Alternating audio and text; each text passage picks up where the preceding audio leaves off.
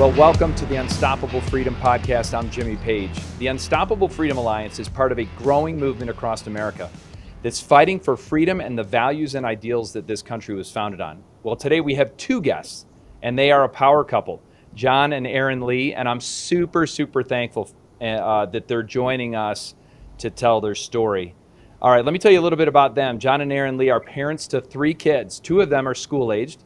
Jon is a software engineer and a veteran. Thanks for serving. Erin is a recruiting manager and a freelance writer.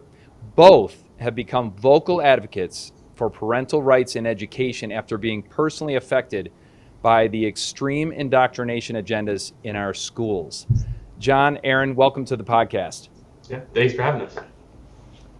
You bet. Well, listen, it truly is an honor to have you on, because we've gotten to know each other over the last several months here in Northern Colorado. I remember the first time that I met you, you were telling your story at a Northern Colorado parents' rights advocacy event, and there wasn't a dry eye in the house, and there was more than a little bit of people asking, how on earth could this happen to a young girl in one of our schools? And there was a lot of indignation, and a lot of eyes were open that night, I would say. Erin, why don't you kick us off? Tell us a little bit about how this all started back in 2020. Sure. So 2021, last May, my 12-year-old daughter, she had just turned 12. She's incredibly shy and vulnerable. We had just moved to a new town within the district, new school, the height of COVID protocol. So our little girl, as a 12-year-old little girl, was at maximum vulnerability. And one day, her trusted art and homeroom teacher invited her to stay for art club after school. So she texted us, we gave our permission, and when she got there, it was actually Gender and Sexuality Awareness Club, or GSA. And the trusted art teacher had invited in an outside presenter who had no qualifications to speak with children about gender and sexuality. This person did unthinkable things. So wait, I'm going to jump in right on there. I think that's an important piece of this, right? This is an outside organization that has been given permission by the school district to participate in this program, and also a teacher in the district, right? They're working together in this club. Is that right? Right, and it is a school-sponsored club, as we found out, this GSA, which means that it was started, run, and is led by a teacher, not a student. So this woman in the program, she had never met these children before. She brought out flags to describe various umbrella terms and defining words. She told the kids that if you're not fully comfortable in your biological sex and in your body, that means you're transgender. She said that queer is a term that these little kids can use while they're figuring out their sexuality. She gives kids the gingerbread person activity, which explicitly asks who they're sexually attracted to. She handed out flags, stickers, bracelets. She called them the obligatory stickers and wristbands that kids love to collect everywhere I go, including when kids adopted these labels that she used the flags to describe. She would hand out the flags and she would give them extra to give their friends. She even handed out her personal contact information to the children and encouraged them to connect with her privately on teen chat platforms like WhatsApp and Discord. She said that your families might not be safe, that it's okay to lie to them about where you are today, and in order to attend future programming that she holds throughout the community. Okay, so there's so many red flags here. And all of this happened, right, in what, 1 hour? Well, it ran long, so Okay. 2.5 hours. Okay. Mm-hmm. So all of this was communicated within this first meeting. Your daughter, and I can imagine, I'm a girl dad.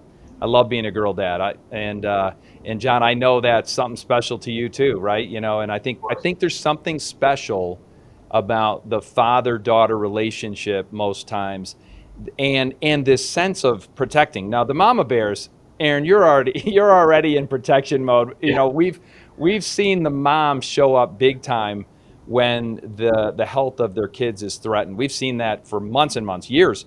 And I think in this situation too with the dad, Jon, tell us a little bit about when you got wind of this, when your daughter came and told you this story, and you and Erin were discussing this with her. What went through your mind? What went through your heart at that time? Sure, that's a great question, Jimmy. So obviously confusion at first, right? Because as a father, you know your daughter, you know who they are, you spent your whole life with them, um, and Yeah. for something to switch that quickly, your first inclination is obviously that you know in your heart of hearts that there was an outside influence that brought this into her Hmm. life. So that was my first inclination. Yeah. And then obviously as a father, you get angry, right? You get angry at who did this, and we tried to help through it as much as we could and explain as much as we could, but we were left pretty well in the dark, obviously by the school, so we weren't prepared on how Yeah. to handle it. And to be quite honest, as a father, I never thought this would happen to me, Yeah. nor did I ever think that I needed to be prepared to have this conversation. Right. So that's part of it to me is I wish the school would have at least, if we would have known, we could have prepared ourselves Yeah. as fathers to handle this situation appropriately. And, Yeah. and we could have potentially made the situation much worse just by Mhm. not knowing how to handle the situation. Yeah. So So there's a you lot have of no confusion idea, for me as a father. right? You have no idea that this has happened. So let me ask you this: you saw some changes, right? You saw some things changing in her over time. What were you all seeing in her? Describe her a little bit before this interaction with this club and this school and this teacher, and then describe some of the things that were changing. Yeah, our daughter is uniquely cool, as I have always told her. She is just incredibly unique and quirky and shy and introverted and artistic. And as we found out, those are all the qualities that these educators target. She Mm. fell right into the category, including being a 12-year-old girl, to be targeted for this. And I know you can speak to this as well, but she was a pretty jovial, happy kid, always incredibly girly, carefree. And after this incident, and we're sure that it happened after this incident, her mental health began to decline. Mm. She retracted. We as parents didn't know how to address the situation. Like Jon said, we were totally ill-equipped and unprepared. And I don't know that we handled it right. I will never know that we made the right steps after this happened, but her mental health declined rapidly. And it was terrifying for us. To watch that decline and to not know how to help her and to take her to a counselor who then turned out to be transgender affirming and wanted to push our daughter further into this hole. And so now we're reluctant to utilize therapy because we also don't trust that system. And so it's just been a struggle for her and for us to cope with the depression and the anxiety and the mental decline that resulted from this incident and this mindset and label that they assured her she was. Yeah, that's a good point. And I mean, obviously this was, we were going through COVID, so all kids were sort of, Of course. going through it, and we're all going through it together, right? But you could definitely tell after this experience, like my wife said, a complete decline. A complete decline. She was not one to be, a depressed person or a dark person, or to talk about suicide or any of those things. All of that was post this event, and it was perfectly clear to us as parents that this is learned behavior, right? Yeah.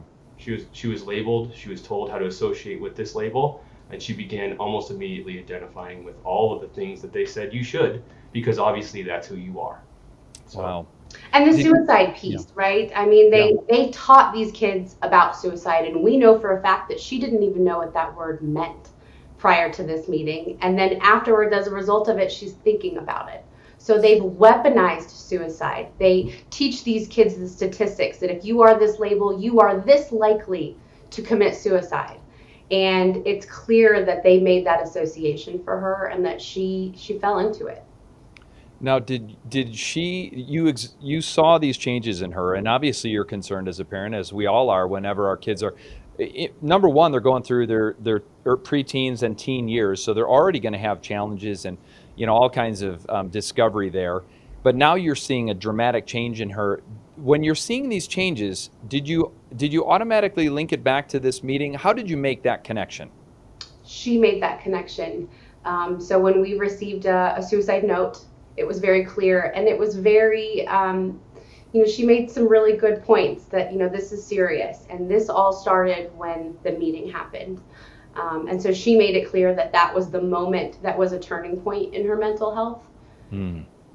which, as innocent as she is, that was a very mature realization for her to make and to communicate with us. And we're lucky throughout all of this that she's been so communicative and that we've built that trusting relationship with her. And even though these adults said your parents aren't safe, she felt comfortable coming home and telling us what happened.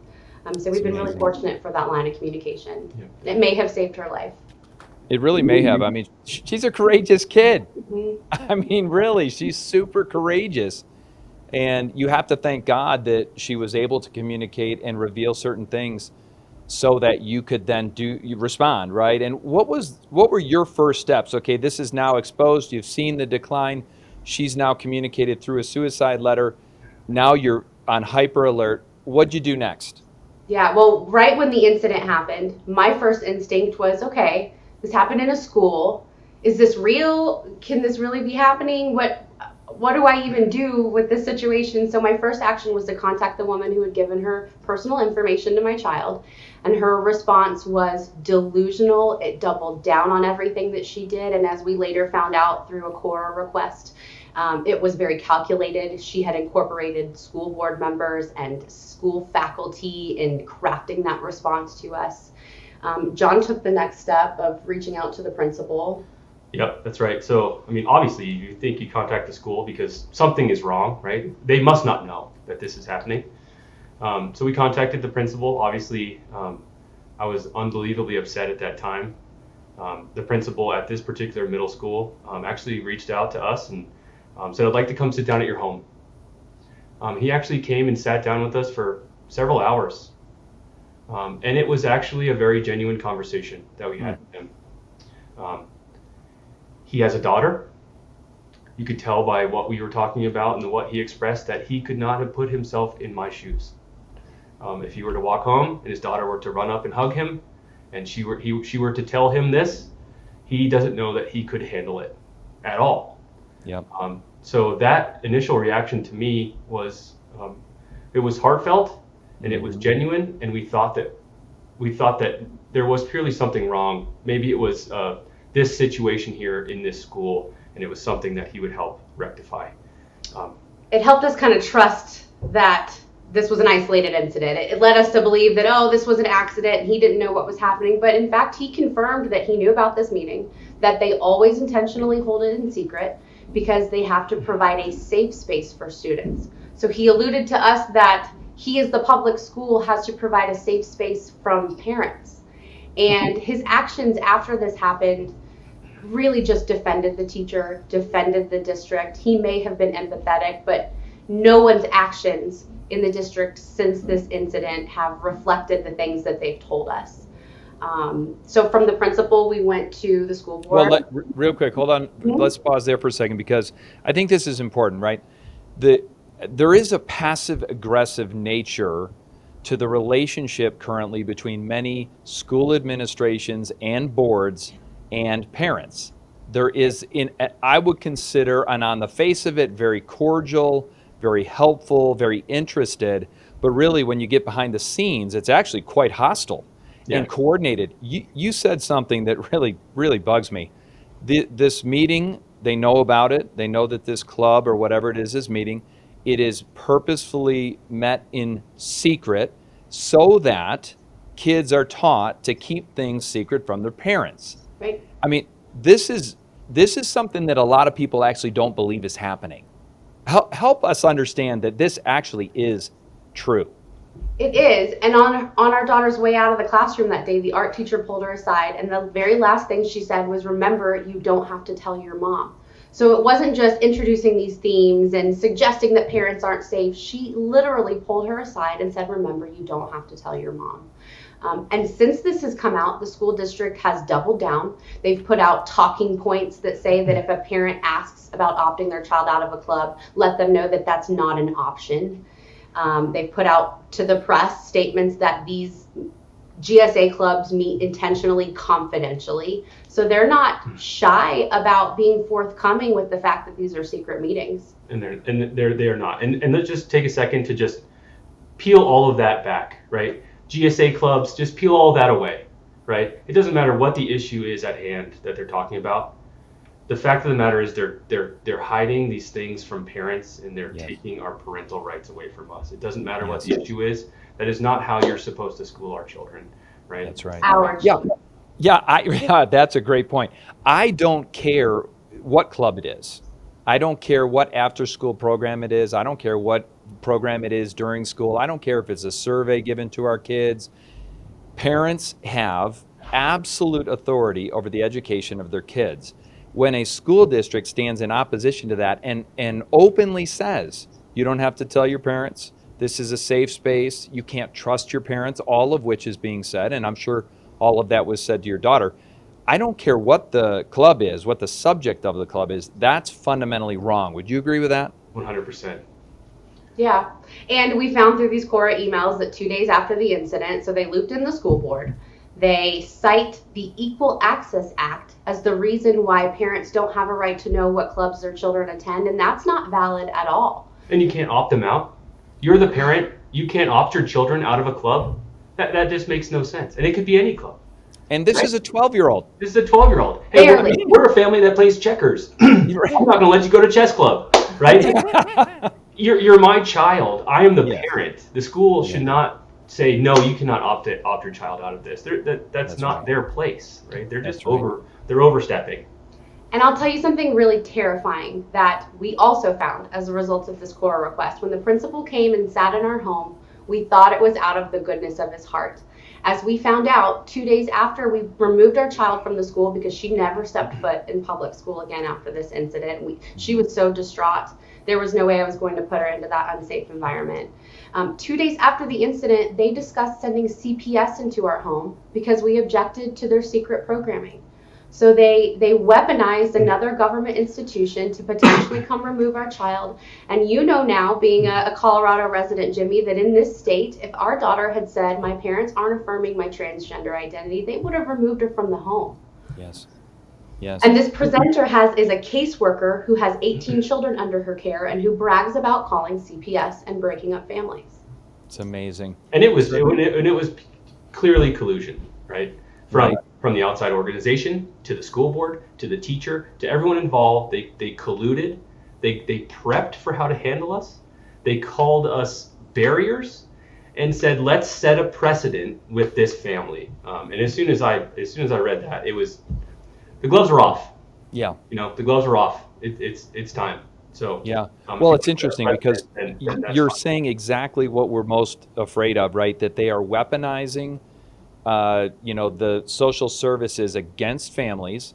The fact that all of this coordination is happening behind the scenes is very chilling.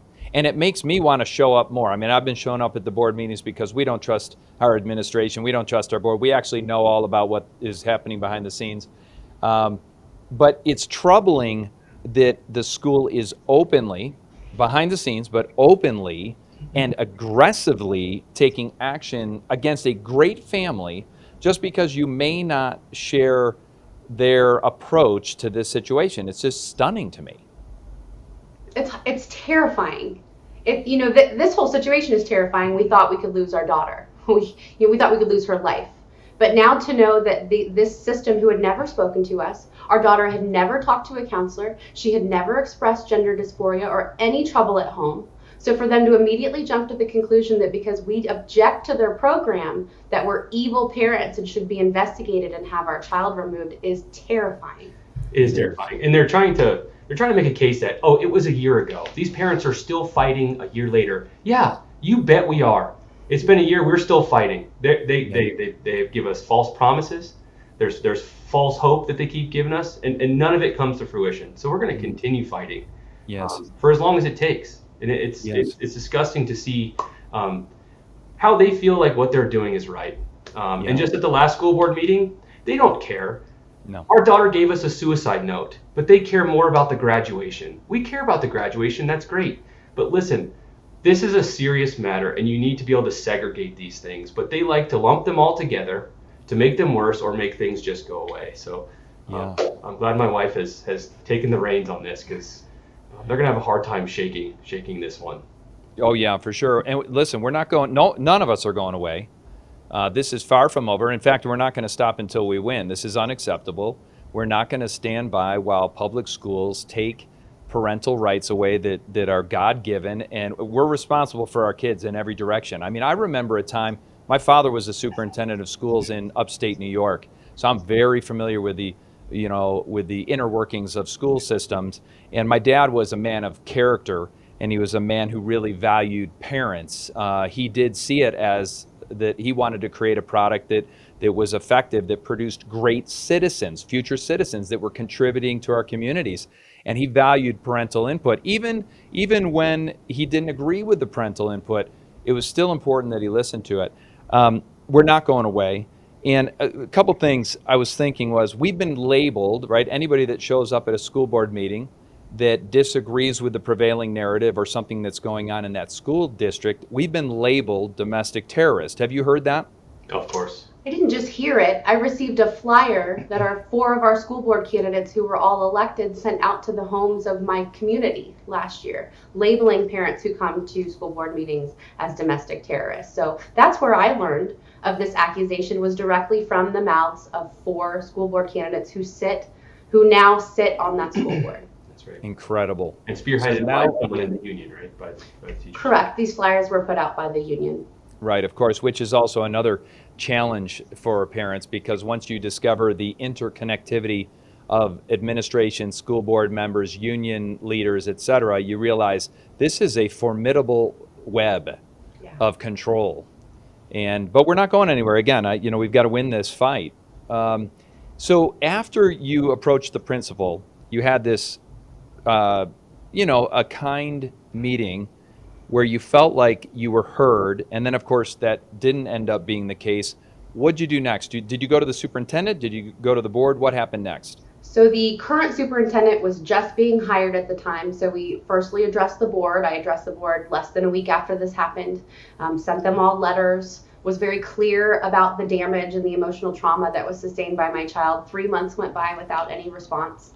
I continued to follow up. I asked for sit-downs with multiple school board members. I met with one by the name of Kristen Draper, who turns out to be friends with the person who was in my child's classroom and a volunteer with her organization for 5 to 11-year-olds called Skittles that meets throughout the community. So it became very clear to me at that point that this all was intentional, that the roots run deep, that, even if we remove this one woman who was in the classroom and did this damage, another one will be put in her place, because this initiative comes from the top.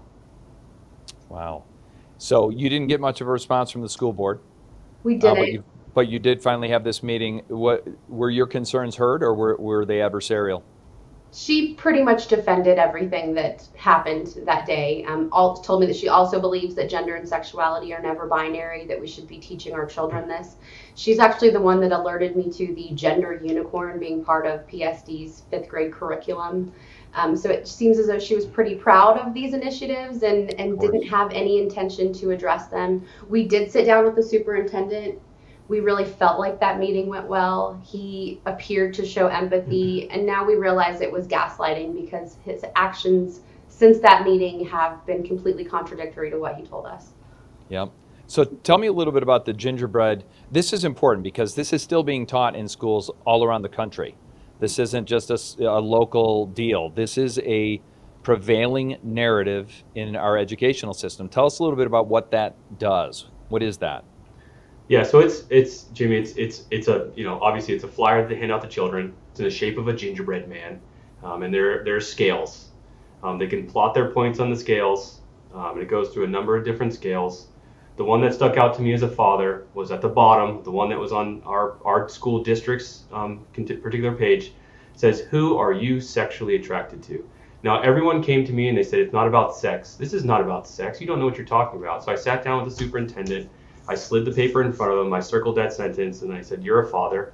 Go ask that to your child." And you could tell he knew it was wrong. Everyone in the room knew it was wrong. They tried their best to make it seem like they would handle the situation. "We'll take care of this. This is inappropriate. We understand. We're sorry."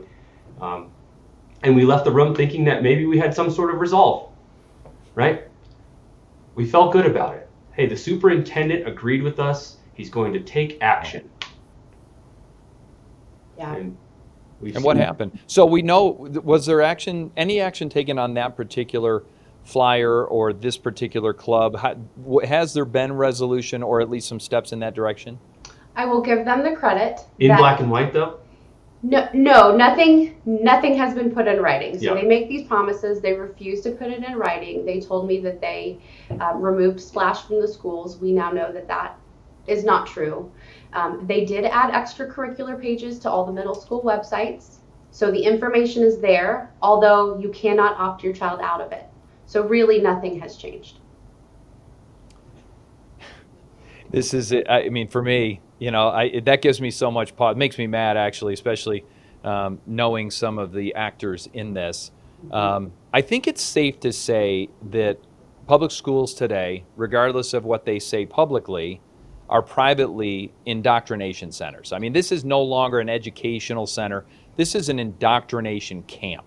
That's Depending upon the school that you're in, your kids are going to be exposed to material that you can't opt out of, that is potentially objectionable to material you would want your kid to see at that age in particular. I mean, there's a whole host of things that you wouldn't want your kids to be exposed to at 5, 6, 7, 8, 12 years old that later in life, okay, they can be exposed to that. But it's safe to say that parents need to go in believing and understanding that this can be a hostile relationship. Is that accurate? Jimmy, this is happening everywhere too. I know, our school district has become quite liberal, but we're in a conservative suburb of this school district, and we were targeted because we're conservative. So I think it's important to point out that this kind of thing is happening absolutely everywhere, that this kind of material is being peppered into the curriculum, so subtly that it's undetectable. Our school district has a page with over 10 books of transgenderism for K through 5. So it's clear that they're pushing this kind of material on our teachers, and they want them to introduce it subtly. And something we found out in the school district after I spoke with the new chief equity diversity officer is that they've hired someone to handle gender support plans in our school. And gender support plans are secretly transitioning your children. It plans to change your children's gender, usually without the parents' knowledge. And I confirm that these are happening in our elementary schools. Oh my gosh. Yep, and they are only for transitioning children. So your child could not have one. If they want to affirm their biological sex with a gender support plan, you can't have one. We were declined. We were declined. No such thing. So this is happening. How are they getting away with this? And what are the elements of this support plan? I mean, we're seeing transition closets, right? We've heard of transition closets where a kid can come to school dressing as the gender that their biological gender that their parents know about, and then they can change their clothes and transform into whoever they want to be. Is that part of this gender support plan that they have? I think so. And I think, Jimmy, what's happening largely is that this is outpacing their policy. They can't keep up with this. I mean, they are literally every day it's a new thing, a new support plan, a new initiative. And their policies just aren't there. But guess what? When you ask for the policy, there will be one. Right. Yeah. Right then and there will be one. So that's what we've seen throughout our research, especially with this support plan. We tried to find policies for it, and obviously they're going to give us a policy as soon as we come knocking, right? So I think that's largely, and then obviously inside actors, they care more about social emotional learning than they do core academics. Right. And that's not what we as parents pay them to do. It's not what we pay them to do, and it is us that is paying them, right? We are, we pay them, and we are not only do we do that, but we are their parents, right? So we should have all of the control over our child's education. And as we all know here, that is not even close to the case in public school, and especially in Poudre School District. Yeah, where are the teachers that don't agree with what we're doing to our kids? Where are they? Probably what are they doing? Like everyone else. Well, they're there. They exist. And I've had people share stories anonymously, but they're threatened. I mean, they understand, every teacher in this system understands that the union controls the school district. And they are beholden to doing their bidding or they'll lose their job. I've even had a nurse friend who was told by the director of student services and the new LGBTQ coordinator that if all the nurses were told this, but she shared this with me, that if a child is suicidal, you are not to tell the parents. If a child is cutting or self-harming or asking for contraception, you are not to tell the parents. And when she stood up against that, she was told that she can leave. There's the door. You can be fired right now. So these employees are told, this is our agenda. You get on board or you leave. And it's their livelihood, and we understand the position that they're in. But there's so many people stuck in the system who just really don't have a voice. Yeah. You know, it's funny, we saw the same exact thing throughout the medical crisis that we had, where nurses and doctors who didn't want to get the mandatory vaccines were under the same type of pressure. If you spoke out in the medical community against it, you were at risk of losing your job. And we've known dozens and dozens here, right in northern Colorado, of nurses who refused and lost their jobs because of it. We actually know of about 40,000 nurses around the country who lost their jobs simply for making a personal medical decision. This is the same thing. There's this internal pressure that you have to agree with the narrative or else you're at risk of losing your job. Is that how it feels for them? Absolutely. And that's how it feels for a lot of parents too, because people have seen how I've been treated since speaking up. You know, there's a really pre-canned cliche narrative that's thrown at us that we're hateful, bigots, make children want to kill themselves. It's the same response every time. And people are afraid to speak up. And it involves our children. So parents are afraid to put themselves out there because this is a sensitive issue that involves their children. So there are so many people who feel scared and voiceless and threatened and gaslit into staying silent. And I get it. I've experienced and not only results. the teachers and the parents, but it's the children internally. They're feeling pressure, right? They're feeling peer pressure, and this is picking up as a fad, and it's being affirmed again and again by the schools, and they're feeling a lot of pressure from what we found out with talking to a lot of families. We actually spoke with a family, same school, same teacher, same incident, exact same story, 12-year-old little girl. And we found out that this art teacher that got to our daughter at the beginning of art class, having nothing to do with this GSA, her very first question to every student is, what's your preferred name and your pronoun? And the little girl felt that she wanted to say, I'm she, but she knew that wasn't the answer the teacher wanted. And so she felt the pressure from this adult in front of her peers to proclaim in art class that she's transgender because she knew that's what the teacher wanted. Unreal. And you can imagine, you know, think about the peer pressure that they're under, and now they're under pressure from adults. And this is the thing that I think is most egregious for most parents, right? Is that whenever someone's in a position of power, like a teacher, like an administrator, like the leader of a club like this, they have more power than they can imagine to suggest things, to create an environment that only tolerates certain responses, and they are bullies. Yeah. In fact, our kids are being bullied. They're being shamed. They're being pressured to make decisions that they are ill-equipped to handle, and they're told not to tell the parents, so we can't even prepare them or help them handle it when it happens. Right, and they're showing their students how to be bullies. And that's the environment that's been created at our daughter's former school, is that this teacher is, you're right, intimidating students, and the people that look up to her are being encouraged to demonstrate that same behavior. And it's a bullying environment at that school for anyone who isn't part of the transgender club. And it's toxic and it's terrifying. It is toxic. And you know, as parents, we're sending our kids to school to be educated.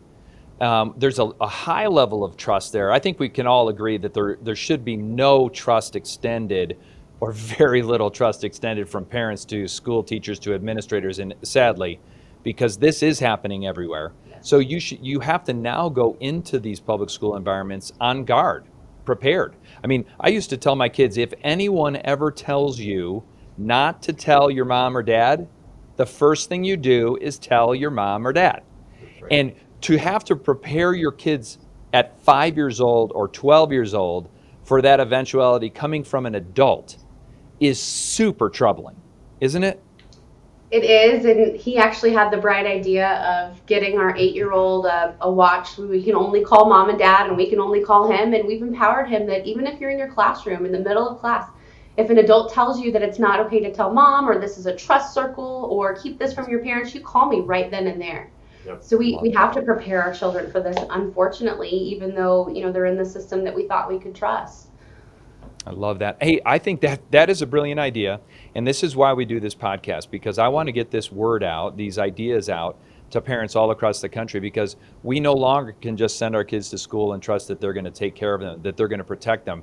Obviously, they're not safe from a physical perspective. Now, from violence, we've known that since Columbine. It's been years and years, and we've done nothing to protect our kids in our schools other than vote to remove police officers from our school. I mean, that's up on the ballot almost every year.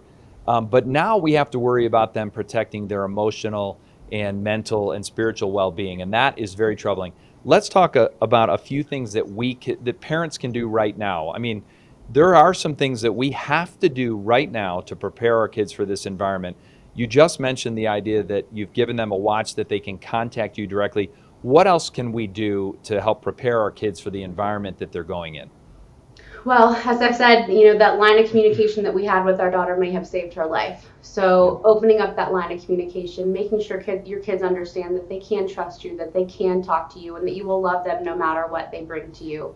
But also just taking a more active role in our children's education, whatever that means for parents. And having been parents who were not as active in our children's education and not as aware to what could happen as we should have been, we now understand that parents just have to take a more active role. And that could mean volunteering, requesting curriculum ahead of your kids participating in it, volunteering on the school board, going to school board meetings, but also voting. I mean, your vote is powerful. These local school boards have all the control. And a lot of people don't understand how important these elections are. So getting involved in your local school board elections, your state board of education elections, your congressmen, senators at a state and a national level. I mean, they hold the power to prevent these kinds of things from happening. We saw what happened in Florida. That the parental rights bill didn't come as a result of, paranoia. It's because these things are happening. Yeah, and people at that level have the power to make change. So participating in all levels of elections is essential.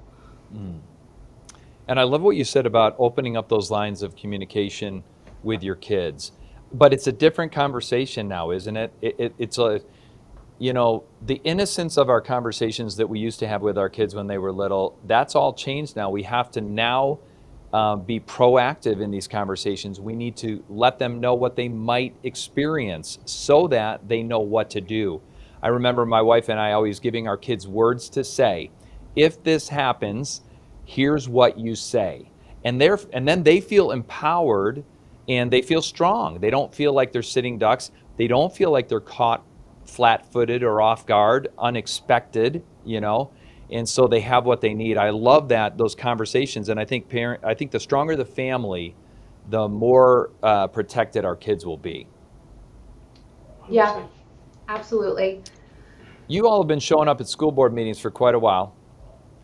Do you think, as I have, and have many others have been, there is a sense that what we're doing doesn't make a difference, that we're bringing this to this community input, and that they're nodding their head and saying thank you, but they're really not listening, and they certainly don't intend to do anything actionable based on what we're saying. There is a growing sentiment that our school systems, our unions, our teachers, our administrators, our board members need to experience legal action in order for things to change. And I think that's true. Yeah. I mean, I can't believe we're in that situation. I think it's true. Yeah. Do you think that that's true? I think you have two ways to get it done, right? Money or through the legal system. And I think monetarily, if you have the ability and you live in a state where there's school choice, find a charter school. That's what we're exploring for our children. The money goes with them, and then they can get a quality education where you, the parent, are actually part of that teaching experience. That's great. And that ties back to, we live in a community that has charter school options, and that's not an option for everyone. There are some states that it's not even legal to have a charter school. So we're really fortunate that that's an option, but that goes back to voting again. If a candidate does not support school choice, don't vote for them. It's that simple. You have to put people in place that are going to make sure that parents have that choice. And we're lucky that we do, and we recognize that a lot of people don't. So we have that ability to take our money elsewhere. But there are other options too if you don't have a charter school. There are so many homeschool co-ops that are Yes. popping up throughout the country. We're both full-time working parents, and we've had the ability to shuttle our kid to a private school, and we would do homeschool if we had to. Yeah. So there are other options besides that, but hit him. He's right. Hit him where it counts. Hit him with the legal system. Hit him in their wallet. Yeah. And show up at the board meetings. Vote for sure. I think pulling your kids out is an immediate fix. If you can do it. And unfortunately, this is very interesting. Unfortunately, families that are least able to do that are most egregiously harmed by these policies. Because the families that can't pull their kids out of their school for one reason or another, then their kids are sitting ducks. And then you've got to really pray and hope that you can prepare them enough to get through this and not fall prey to this kind of bullying and grooming, really. I mean, a lot of this is really grooming in the end.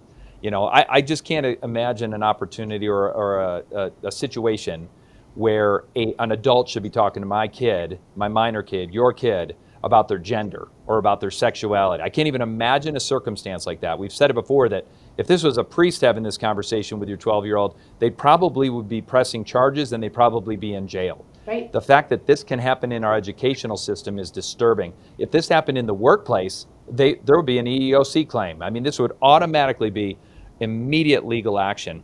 Yeah. We believe that should be and will be true in the school system, and we're going to go after it pretty hard.